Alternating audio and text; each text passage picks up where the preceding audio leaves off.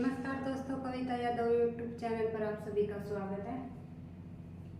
हमारी सीरीज चली हुई है DEET+B परीक्षा के लिए TGT PGT हिंदी विषय से संबंधित।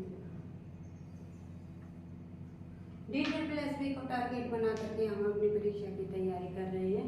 जिस किसी बच्चे ने DEET+B के सिलेबस को अभी तक नहीं समझा है वो हमारी पिछली वीडियो में जा करके समझ सकते हैं। DEET+B के सिलेबस को हमने टॉपिक वाइज डिवाइड किया हुआ है। तो हमारा फर्स्ट टॉपिक है भाषा विज्ञान। भाषा विज्ञान के अंतर्गत हम पढ़ रहे हैं हिंदी भाषा का उद्भव और विकास।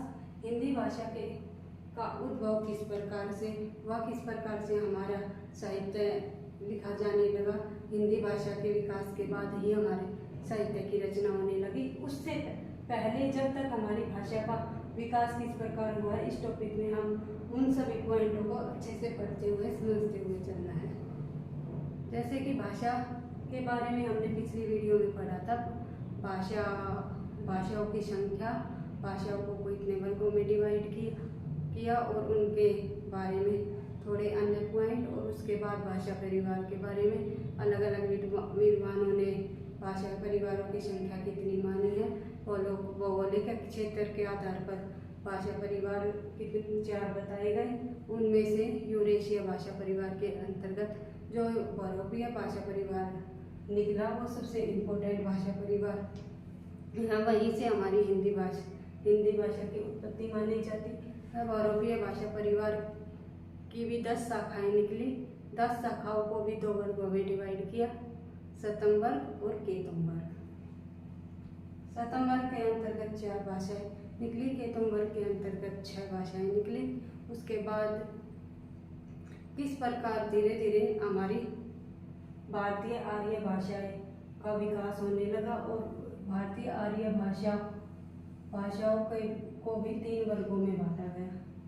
प्राचीन आर्य भाषा, मध्यकालीन आर्य भाषा और आधुनिक आर्य भाषा। यहाँ तक हमने अपने टॉपिक को बहुत अच्छे से समझ लिया था। उससे आगे है हमारा डिटेल में पढ़ेंगे प्राचीन आर्य भाषा को।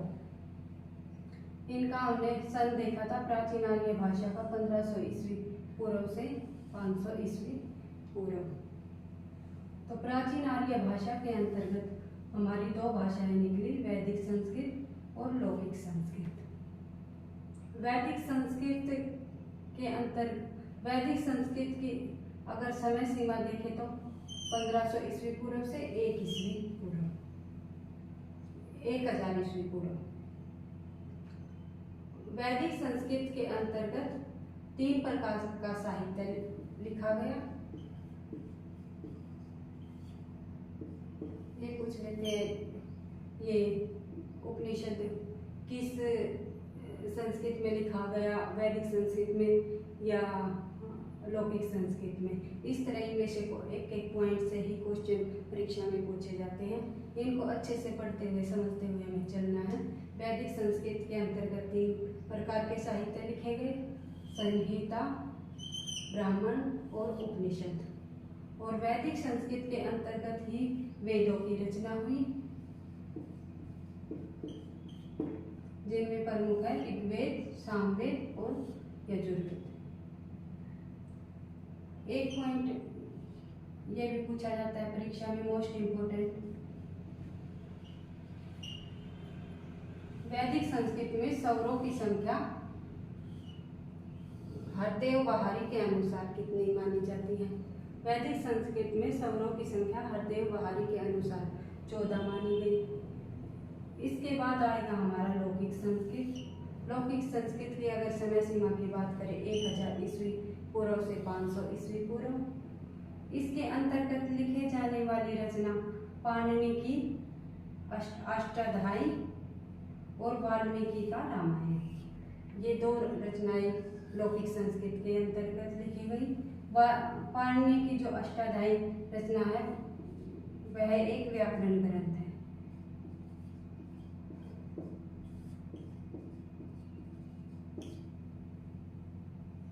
इस प्रकार हमारी प्राचीन आर्य भाषाओं का विकास हुआ और कुछ साहित्य प्राचीन आर्य भाषा में लिखा गया, कुछ साहित्य मध्यकालीन भाषा में लिखा गया, फिर धीरे धीरे आधुनिक भाषा आई तो हिंदी साहित्य की रचना की जाने लगी।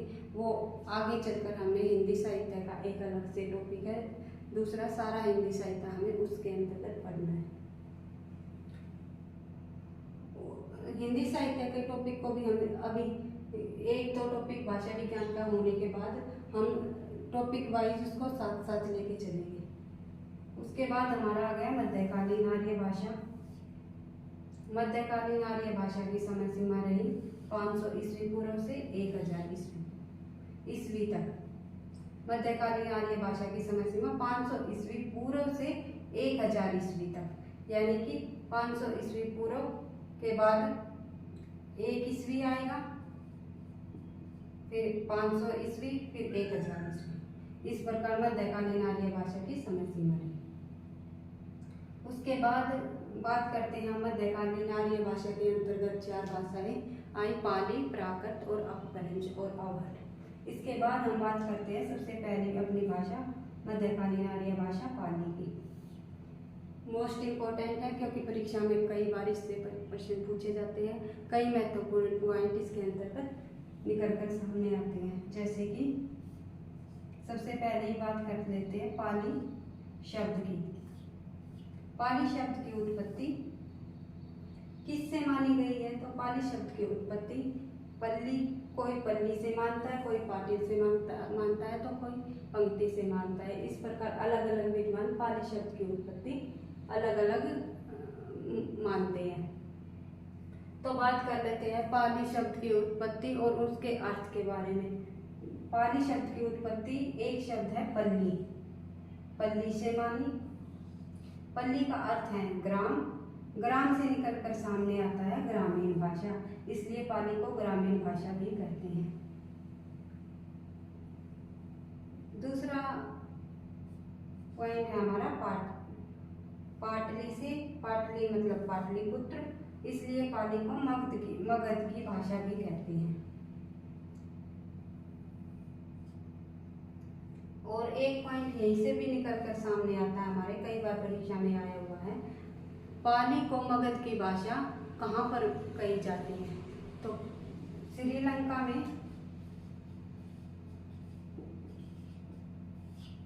श्रीलंका में पाली को मगध की भाषा कही जाती है। उसके बाद आता है एक शब्द हमारा पंक्ति। पंक्ति पाली शब्द की उत्पत्ति पंक्ति से भी मानी गई है। इसका मतलब ये है बौद्ध वचनों में प्रयुक्त की जाने वाली जो पंक्तियां हुई उन्हीं को पाली कहा गया। यहीं से पाली शब्द निकला, पंक्तियों से। बौद्ध साहित्य को चलाने वाली भाषा भी बोला जाता है पाली को। इसके बाद अगर बौद्ध साहित्य की बात करें तो बौद्ध साहित्य के अंतर्गत तीन प्रकार के महत्वपूर्ण ग्रंथ निकलकर सामने आते हैं। नंबर 1 सूत पिटक, विनय पिटक और अभिधम पिटक। ये पूछ लिए जाते हैं कि सूत पिटक किस प्रकार के साहित्य से संबंधित ग्रंथ है, विनय पिटक किस प्रकार के साहित्य से संबंधित ग्रंथ है, तो हमारा आंसर हो जाएगा बौद्ध साहित्य से। इस प्रकार हम अगर बात करें पाली शब्द की उत्पत्ति की अलग अलग विद्वानों के अनुसार, तो पाटलिपुत्र से मैक्स वालेश्वर ने मानी है, पंक्ति से मानी है आचार्य वसुशेखर ने, पाठ से मानी है भिक्षु सिद्धार्थ ने और प्राकृत से मानी है भंडारकर ने, पाल से मानी है कौशाम्बी ने, पा धातु और निज उपसर्ग उदय नारायण तिवारी ने मानी है। पाली शब्द की उत्पत्ति अलग अलग विद्वानों ने अपने अनुसार मानी है। पाटलिपुत्र से मैक्स वालेश्वर, पंक्ति से आचार्य वसुशेखर, पाठ से भिक्षु सिद्धार्थ, प्राकृत से भंडारकर, पाल से कौशाम्बी, पा धातु और निज उपसर्ग से मानी है उदय नारायण तिवारी ने। ये इम्पोर्टेंट है, उदय नारायण तिवारी, परीक्षा में पूछ लिया जाता है। इस प्रकार हमने पाली शब्द के बारे में समझा और पाली भाषा के बारे में थोड़े से पाली ग्रंथों की चर्चा कर लेते हैं। पाली ग्रंथों के अंतर्गत कई प्रकार के व्याकरण ग्रंथ लिखे गए।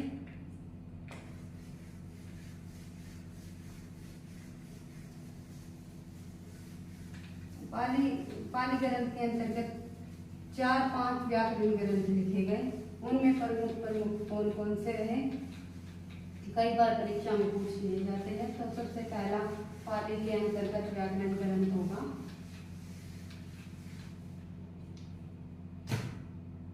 विशुद्धिमग्ग।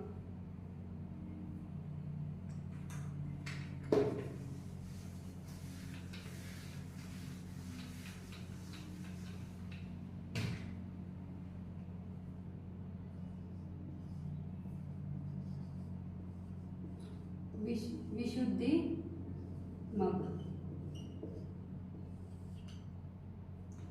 प्रमुख व्याकरण ग्रंथ।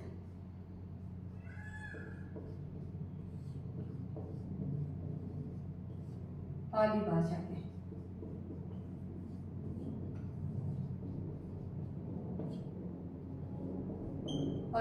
के प्रमुख व्याकरण ग्रंथों में आएगा सबसे पहले हमारा विशुद्धिमग्ग। विशुद्धिमग्ग की अगर हम शताब्दी की बात करें तो 5वीं सदी। विशुद्धिमग्ग पाली भाषा का सबसे पहला व्याकरण ग्रंथ भी माना जाता है और आचार्य बुद्धघोष ने इनकी रचना की। इनके रचनाकार कौन रहे?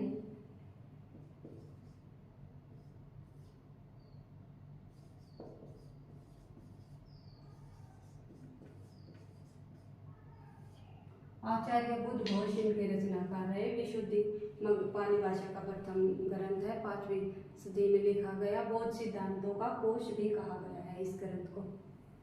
इस ग्रंथ को क्या कहा गया है? बौद्ध सिद्धांतों का कोश, और ये पाली भाषा का प्रथम ग्रंथ है। दूसरे नंबर पर आ जाएगा आचार्य वसुघोष द्वारा ही लिखा जाने वाला 5वीं शताब्दी का ही एक ग्रंथ होगा अटकथा। अटकथा साहित्य।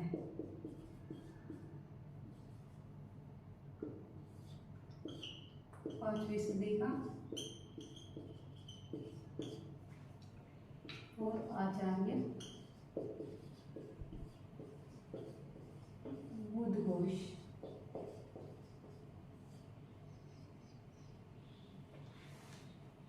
इस प्रकार 5वीं शताब्दी में 2 प्रमुख ग्रंथ लिखे गए।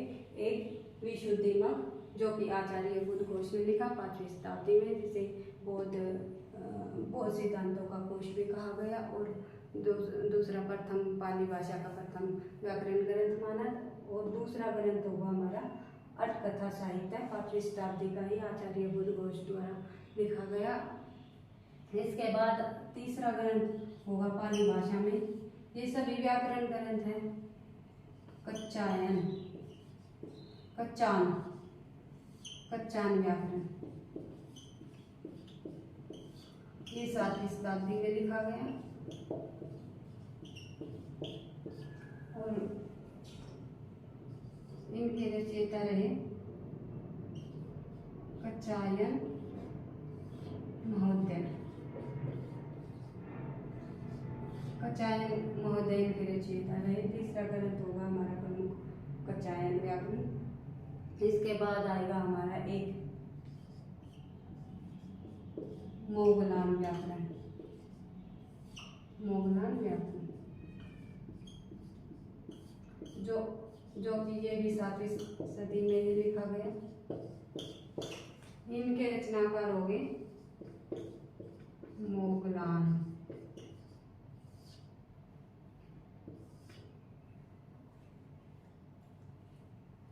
इस प्रकार हमारे प्रमुख ग्रंथ पाली साहित्य के अंतर्गत 5 माने गए हैं।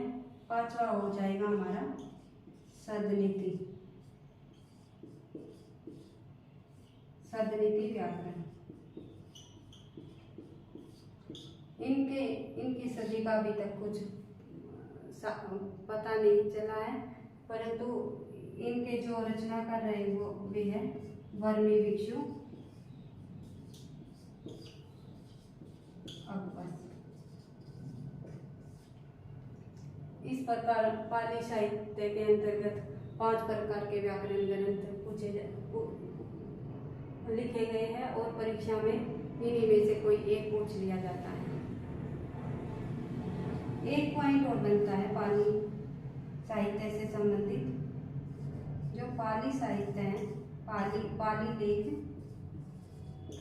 ज्यादातर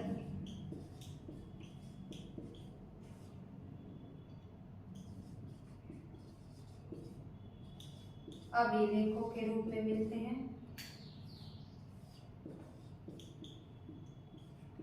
रूप में